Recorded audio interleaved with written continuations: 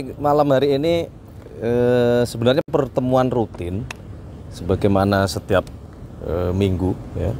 Kadang-kadang hari Sabtu, kadang-kadang hari Minggu. Jadi di setiap waktu kosong Bapak Presiden kemudian memanggil para menteri.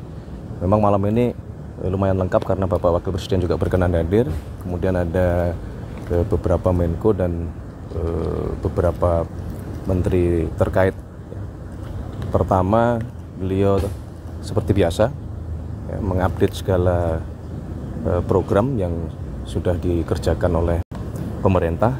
Tetapi memang terus terang malam hari ini tadi ada beberapa hal yang dibahas secara khusus. Salah satunya mengenai sistem keuangan dan sistem perbankan kita, termasuk tadi membahas mengenai hasil dari peraturan pemerintah yang kita keluarkan berkenaan dengan masalah devisa hasil ekspor, salah satunya. Itu DHE-nya udah diterbitin berarti ya, Mas? Sudah kan sudah berlaku mulai bulan Maret. Jadi tadi membahas untuk melakukan evaluasi sejauh mana efektivitas dan dampak terhadap diberlakukannya DHE.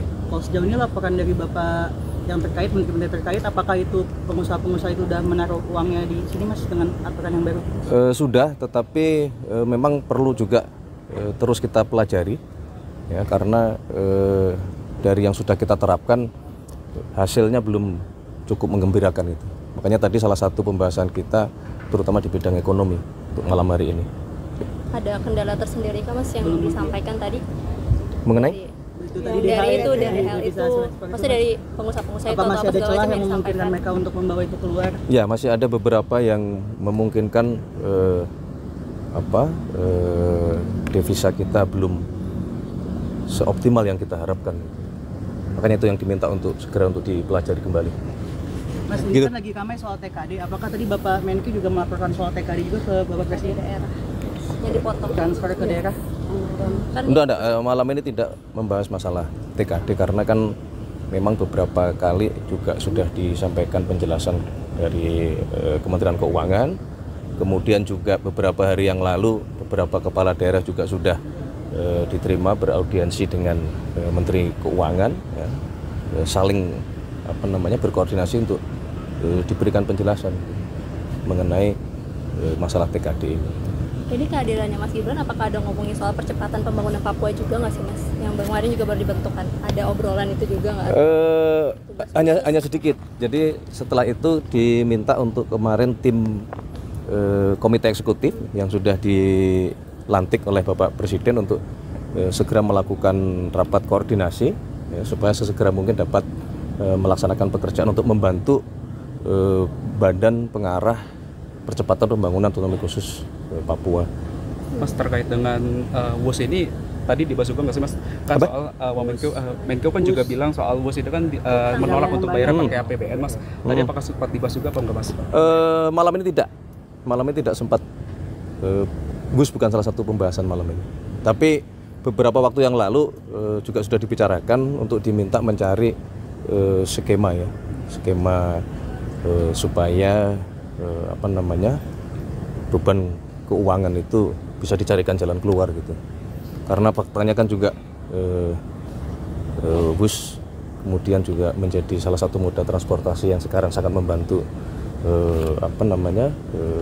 aktivitas seluruh masyarakat, mobilitas dari Jakarta maupun ke Bandung dan seterusnya. Dan justru kita pengen sebenarnya kan itu berkembang ya, tidak hanya ke Jakarta dan sampai ke Bandung, mungkin juga kita sedang berpikir untuk sampai ke Jakarta, ke Surabaya gitu. Mas, terkait dengan pembangunan Ponpes menggunakan APBN itu gimana ya, Mas? Yang diarahkannya kan menjadi APBN gitu untuk renovasi lagi ya, pembangunan lagi. Kemarin. Ya, pasca kejadian kemarin kan kemudian muncul beberapa pemikiran ya. Salah satunya adalah tadi mungkinkah pembangunan pondok pesantren itu bersumber dari pembiayaan dari APBN, tapi memang semua sedang kita pelajari ya, karena kan itu berkaitan dengan masalah jumlah, kemudian juga berkaitan dengan masalah perkembangan, apakah kemudian pondok pesantren yang sekarang eksis yang menjadi prioritas, ataukah ke depan misalnya ada pembangunan pondok-pondok yang baru. Nah, itu sedang dicoba dipelajari ya.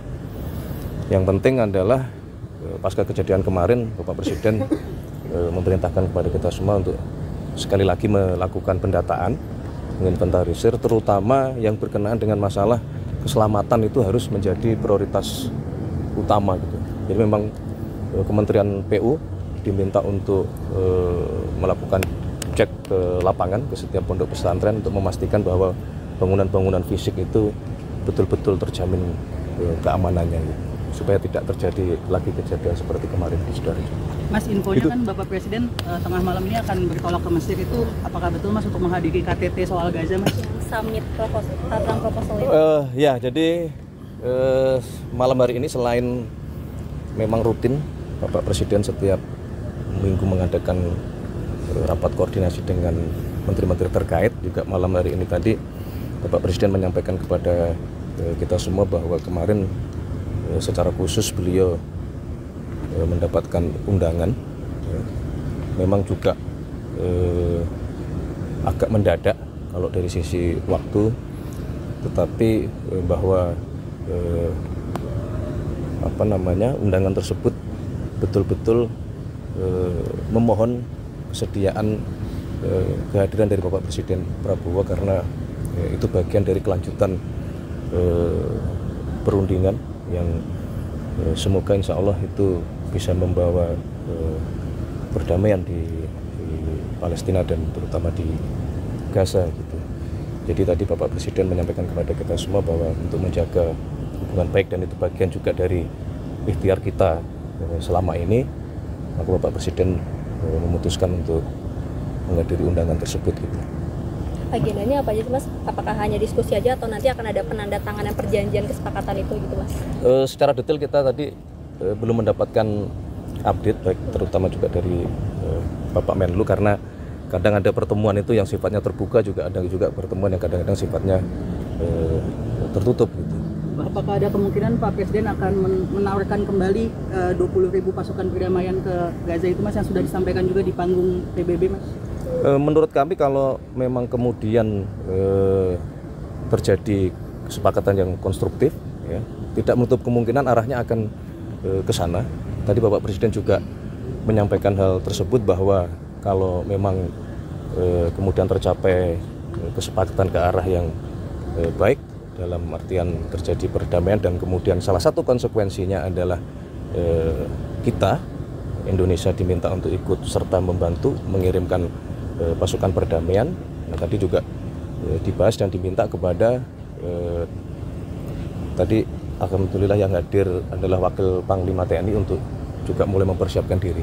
Manakala dibutuhkan kita sudah siap. Mas, soal pergantian Kepala Badan Pangan Nasional itu pertimbangannya apa Mas? Ya, jadi begini. Yang pertama, bahwa sebenarnya fungsi dari tugas Badan Pangan itu kan dulu memang ada di Kementerian Pertanian gitu, dan karena Mas Arief sedang ingin kita tugaskan di tempat yang lain, maka kemudian fungsi itu langsung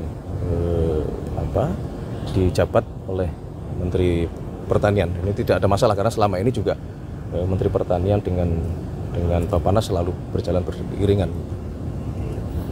Tapi ada ini juga nggak sih, catatan juga ya, atau misalnya perhatian juga terkait dengan temuan yang mutu beras turun itu karena lama tersimpan di gudang gitu. Itu kemarin disampaikan juga sama Pak Amran ke Pak Presiden. Ya tidak secara langsung itu dilaporkan, tapi kan itu sebagai sebuah hal yang memang kondisinya seperti itu ya, yang memang itu menjadi fokus baik di Kementerian Pertanian maupun teman-teman di Bulog. Ya, bagaimana memperbaiki manajemen terutama penyimpanan, kemudian juga perlu kita sadari bahwa gudang-gudang kita juga beberapa pada kondisi yang memang perlu perbaikan gitu, termasuk penambahan pembangunan gudang baru yang kita rencanakan ada di kurang lebih di 100 tempat, oleh karena alhamdulillah panen kita terutama beras ya, padi itu meningkat, dan akhir tahun ini akan memasuki kembali masa panen. Jadi kita harus mempersiapkan gudang-gudang penyimpanan yang baru gitu. Termasuk teman-teman TNI maupun Polri juga diminta untuk membuat gudang-gudang inovasi lah, termasuk kami juga berkoordinasi dengan Mendagri ya, untuk kemudian berkoordinasi sampai ke level kepala desa ya, di mana sentra-sentra penghasil pangan untuk kita galakkan kembali seperti dulu. Kita harus punya lumbung pangan atau lumbung padi di setiap desa masing-masing sehingga kita betul-betul mandiri pangan. Mas, ada usulan dari Komisi 4 supaya Bulog ini statusnya dinaikkan menjadi KL gitu, bukan Perum aja. Nanti kita kaji ya, nanti kita kaji dulu ya.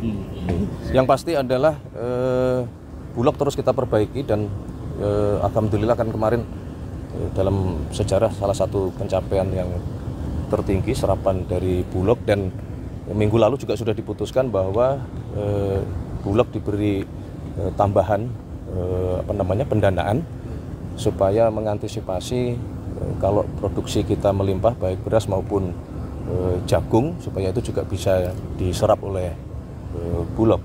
Intinya adalah kita betul-betul mari semua kita kerja keras untuk memastikan yang paling utama adalah pangan dulu. Ya, kalau pangan kita aman, perut aman, selebihnya insya Allah aman. Soal bola Mas. Aduh. Evaluasi dari Tadi malam mainnya luar biasa bagus sebenarnya, tapi memang mungkin nasib belum berpihak. Kita coba lagi ya. Evaluasi dari Bapak Presiden. Kita evaluasi, kita perbaiki lagi, jangan patah semangat, terus jangan pernah lelah untuk mencintai timnas Indonesia kita. Terima kasih semuanya. Terima kasih.